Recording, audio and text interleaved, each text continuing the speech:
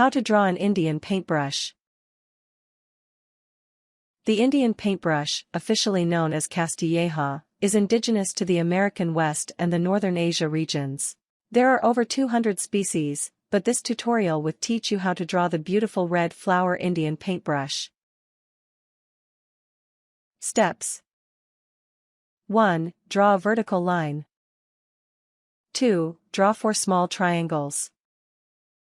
3 should be close together on the left side of the line. The 4th should be on its own on the right. 3. Add 2 triangles, both on the right side. Also add an oval on the left. 4. Draw 4 more triangles. Put 2 on each side. 5. Continue drawing triangles and ovals. When you feel you have drawn enough, add another vertical line at the bottom of the image. 6. Connect the shapes so that they appear to be attached.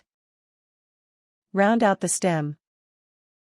7. Outline the drawing in permanent media, such as ink or paint.